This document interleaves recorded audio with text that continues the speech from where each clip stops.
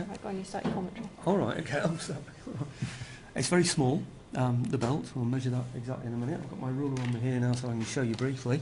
So it's roughly 95 mil across there, and then from top to bottom it's 100 mil there, 10 centimetres across there, and this is a hexagonal shape, and each side of this hexagon is probably going to be about the same, so I would say this one's easy to measure. So that would be, what, 55 mil, 5 centimetres. So we're looking at 2 inches basically. I reckon they're 2-inch sides, because they're just over 5 centimetres each. But that's longer. Or about, that one's about 6, and that one's 4.5. So the top one is 4.5. That one there, I would say, is 6. So it's 4.5 the top, 6, 6, and then I'd say, what, 5.5, and then what do we say, 5 there, so it's not exact, is it, at all? And then this one down here is 5 again, so we're talking 5, 5, 5, 6, 6, and then what, 4.5 on the top one, aren't we really there? Yeah, and then you can see measure this. how it's stitched to here, you know, that's a very rough stitching on the outside of there. This would have been not much wider than the rest of it. I'm not sure if that opens out or not, if we can see that. No. We might be able to see the back. Is it okay to pick this up, do you think? Yeah, you do that, yeah? Okay. And maybe we could see if the stitching comes through the bottom, or if there's been some kind of a lid, because normally we'd expect a kind of fold-over lid over the top. Right, okay, so we can see where the stitching, where the string is that holds the purse together, coming out the back there, and you can see the rough stitching around the edge there as well. There's no evidence of this ever having any kind of a lid over the top of it, any kind of strap lid, which normally you would expect there to be, unless it's worn off there and it was part of this piece. But even if it was, there's no toggle here, there's no anything to say that it would have been tied down to anything like that, so it would have hung loose anyway, wouldn't it?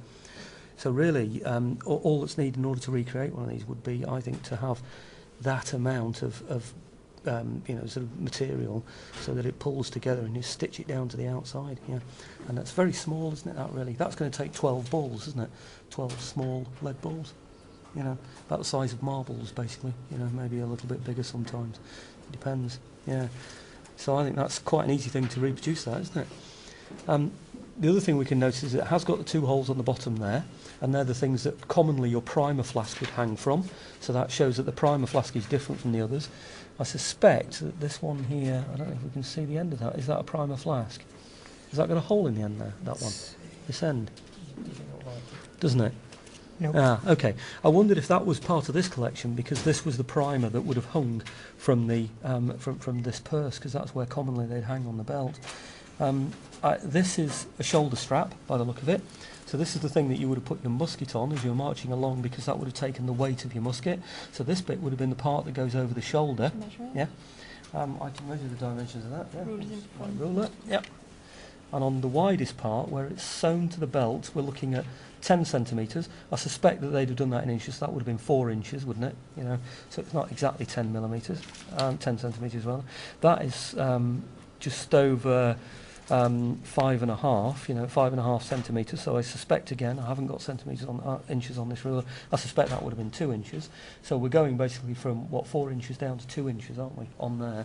And the length of these sides here is going to be, well, whatever it is to create, that's about 4.5 centimetres, and that's, what, 5. I suspect that's probably 5 if I do it. That's 5 as well. So that's 5 and 5, really. So it's 2 inches, isn't it, really? So we're looking at 2, 2, 2 and 4, aren't we? And then if you look here, this should be butt sewn, I suspect. If you look here, you can see the stitching on this side, the shoulder side, and you can see the stitching on the belt side as well. And on the underside, if we can have a look at that, you'll probably find that that's been pulled tight, and this is pushed up against itself, you know, which is the common way to hand stitch leather together so that it butts up. Can you see that? Is there enough light? Is my torch there? So it's been folded up like that. Yeah.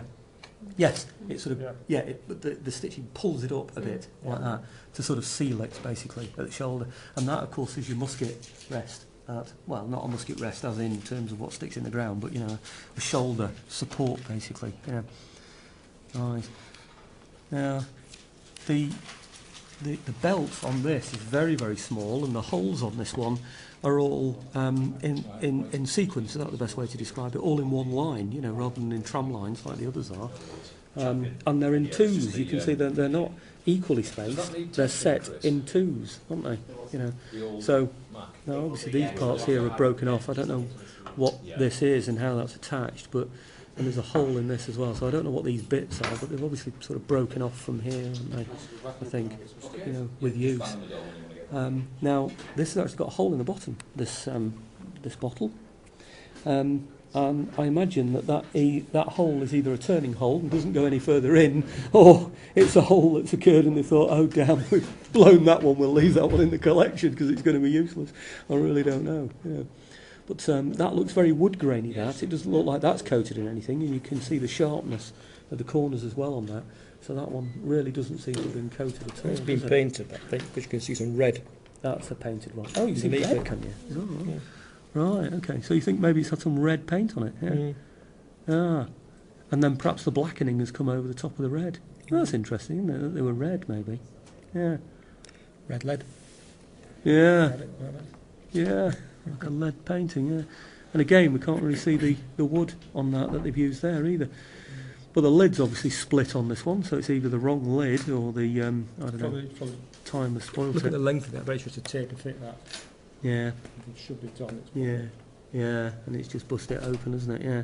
Because that's tapered as well, the outside's tapered. Yeah. So there's a fair bit, the inside's probably tapered to follow as well. Yeah.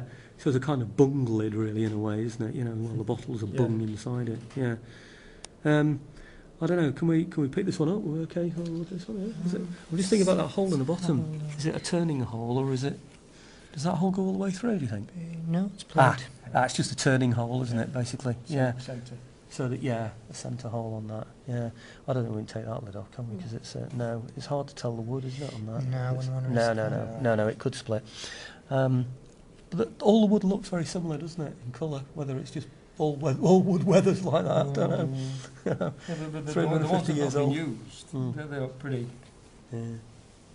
almost as they should be. Yeah. Yeah. Can't pick any grain out. Yeah. No. So it's, No.